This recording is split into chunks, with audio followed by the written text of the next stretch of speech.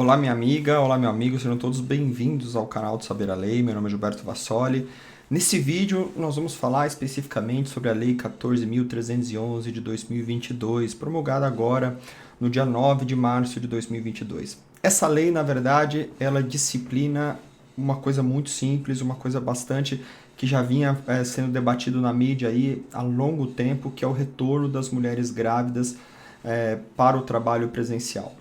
Bom, é importante a gente lembrar que as grávidas, essa questão do contrato de trabalho das grávidas, elas estavam sofrendo algumas modificações em razão da pandemia da Covid-19, em razão dessa crise de saúde pública pela qual nós estamos vivendo, e a regra atual era que as mulheres grávidas não poderiam trabalhar em ambiente presencial. Poderia, obviamente, trabalhar através de home office, quando isso era possível, as grávidas poderiam trabalhar em casa, mas não era permitido o trabalho presencial. Agora, com essa medida, com essa nova lei promulgada, houve uma nova disciplina para o tema. Agora, as mulheres grávidas podem e devem retornar ao trabalho, e é importante a gente sublinhar que devem retornar ao trabalho. Já não existe lei que determina ou que obriga as empresas a manterem essas mulheres grávidas afastadas. Então, elas devem retornar ao trabalho desde que estejam efetivamente imunizadas, vacinadas. Aqui é um ponto muito importante que merece destaque dentro da lei. Primeiro, a lei determina que só deve voltar ao trabalho as mulheres imunizadas. Ou seja, dentro da região, no Brasil, o Brasil é muito grande, tem que verificar se as mulheres grávidas já estão dentro do calendário de vacina. Muito provavelmente, atualmente, aqui no Brasil, todos os estados já deram o direito da mulher grávida se vacinar. Então, essa é praticamente um requisito isento. Existe também uma questão bastante importante nessa discussão, que é o caso ou a situação em que a mulher não queira se vacinar. A lei determinou essa possibilidade de que a mulher de fato não é obrigada a se vacinar. Neste caso, ela não vai permanecer isenta da obrigação de retornar ao trabalho presencial. Na verdade, ela vai ter que assinar um termo de responsabilidade afirmando que, por livre e espontânea vontade, não quis se vacinar, não era da sua vontade ser vacinada contra a Covid-19 e tem que assinar um termo para retornar ao trabalho. Outros aspectos merecem destaque nessa lei, nessa questão do retorno da mulher grávida às atividades presenciais. O ponto é que a lei determina que a mulher deve obedecer todas as regras sanitárias de proteção contra a Covid. Isso parece também uma repetição do óbvio, né? Todo mundo, na verdade, deve respeitar as regras impostas pela empresa que visa amenizar os riscos de contaminação da Covid-19. Um ponto, apesar dessa lei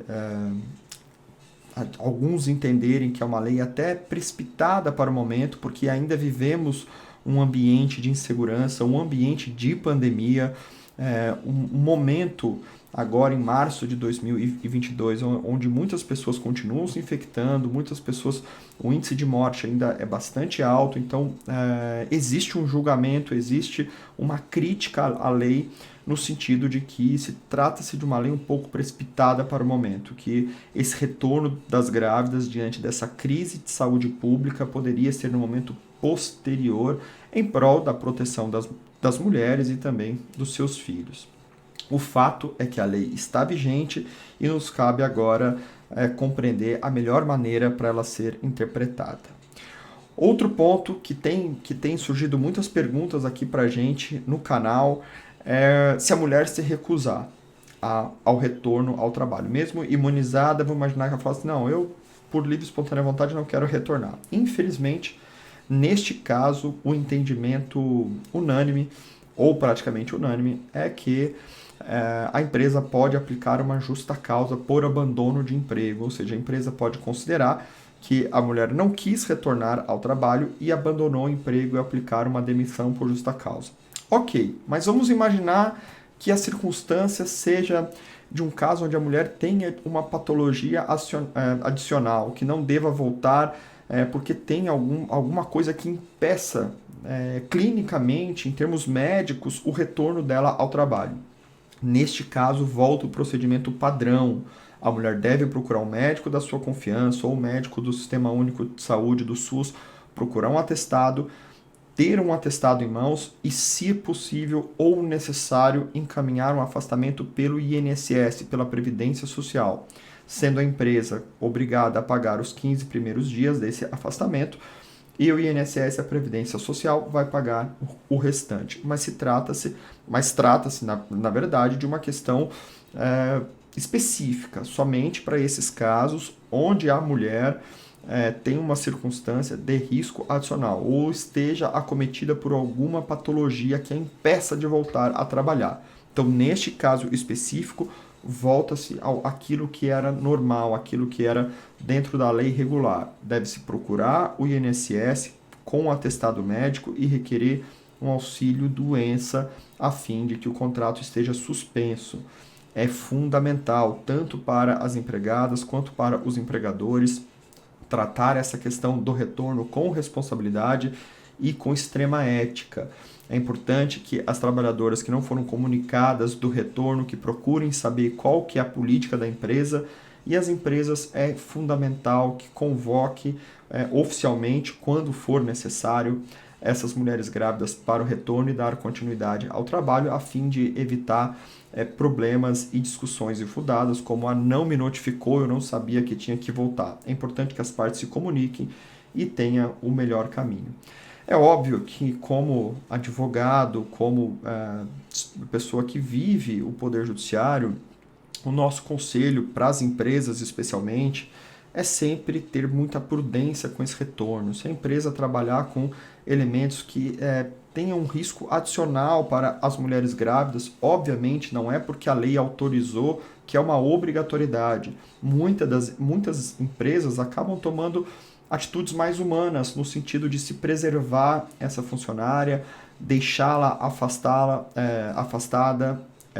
durante essa crise de pandemia, durante essa pandemia. Então não existe uma obrigatoriedade. A empresa pode simplesmente optar de maneira humanizada e não exigir o retorno neste momento. É óbvio que cada caso é um caso, existem situações de mais riscos e outras de riscos menores. É sempre importante ponderar, e o que a gente pede para todas as partes, tanto as empregadas como os empregadores, que tenham muita prudência e zelo neste momento. Cabe, por fim, lembrar que essa determinação se aplica a todas as trabalhadoras grávidas, inclusive as empregadas domésticas. Então, é uma lei com uma amplitude bastante grande e serve para todas indistintamente.